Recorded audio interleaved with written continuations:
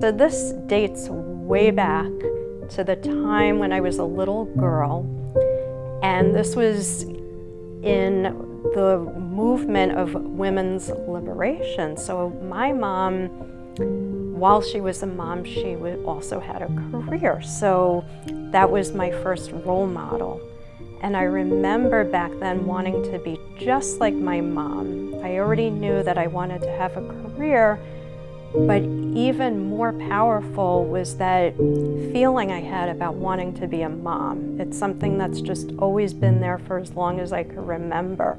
Later on in life, I was blessed to find out that I was having my first baby girl, my first child. This was over 19 years ago. And I remember every single milestone from the day I found out I was pregnant, watching her heartbeat for the very first time, the feeling of having the child and actually getting to bring her home. I mean, I played with dolls and I couldn't believe I was going to bring home this live baby, and it was really, really something. It was such a blessing to have a healthy child who was growing and developing, but those memories were now just memories, and that lesson was to savor every single moment. The good, the bad, and the ugly. So my mom's name is Natividad Pagkaliwagan. Natividad because of nativity. She was born December 25th, and rightfully so, because she's one of the best persons born on that day too. And I'm biased, but my mom is a mom of 3 girls, eldest woman, 7 siblings. She was a breast cancer survivor and is in remission, thankfully, thank God. It wasn't an easy journey. She was pregnant with my youngest sister when it was discovered, and she had to go through treatments. My sister was delivered earlier, and with my dad getting sick and passing away too, she did everything and she held us down. We were young, we were still in school, but she is the role model that I am following right now to being a woman in relationships, in the work that I do, and in the community that I live in right now.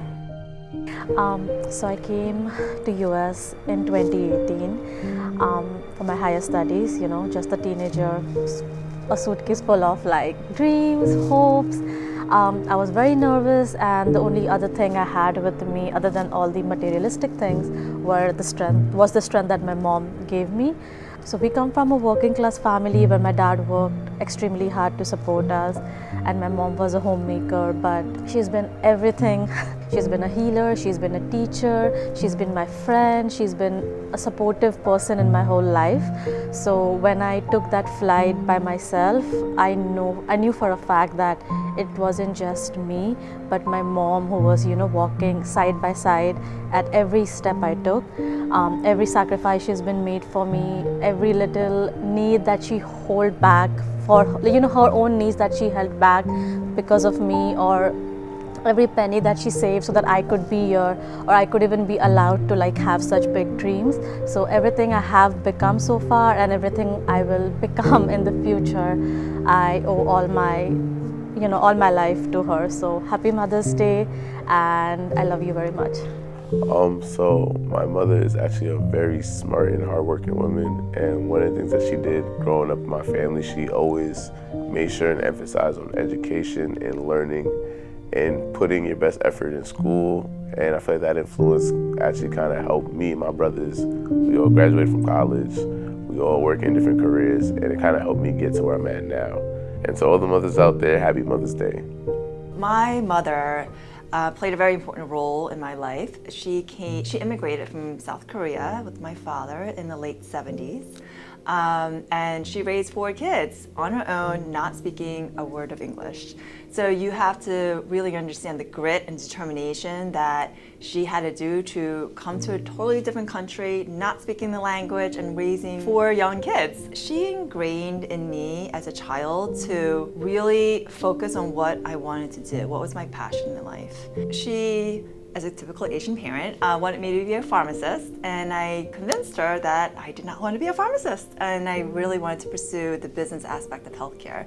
And surprisingly, she was very supportive of that, and so hence started my journey into managed care. My mom actually, unfortunately, passed away about 7 years ago, but her legacy still remains with me and my children. I do, one of the things that she had said when I was growing up is, Lila, when life goes by, every decade that goes by, it equals 2 miles per hour. So when you're 10, life goes 10 miles an hour. When you're 30, life goes 30 miles an hour. When you're 50, it goes 50 miles an hour. So make sure you have a plan and a milestone so that you're not wasting your years, you're using it wisely. And so that is how I live my life. I'm a planner. My husband's the exact opposite, but I'm the planner. And so I actually say the same exact thing to my children. Her instilling in me the discipline to be a good person, having great integrity, but working really hard to go and achieve what it is that I want. It's my dream, it's my life. It's something that I want to instill into my children's life. My mom is the real definition of a mother. Not until you have your own kids do you start to realize everything that your mom went through trying to raise you. My mom is the first one in her family to migrate to the United States. When my mom came to this country, she left behind 2 kids, my brother and myself. While trying to pursue her legal status here in the United States, my brother passed away. My brother was only 9 years old. My mom couldn't even travel back to the Dominican Republic to say goodbye to her own kid. Today and every day after I had my girls, I just look at my mom and realize how strong she was and how strong she is still today. Would I even find the same strength if, God forbid, something happens to one of my girls? Being a mom is finding the strength you do not believe you have in you to just get up and keep pushing forward.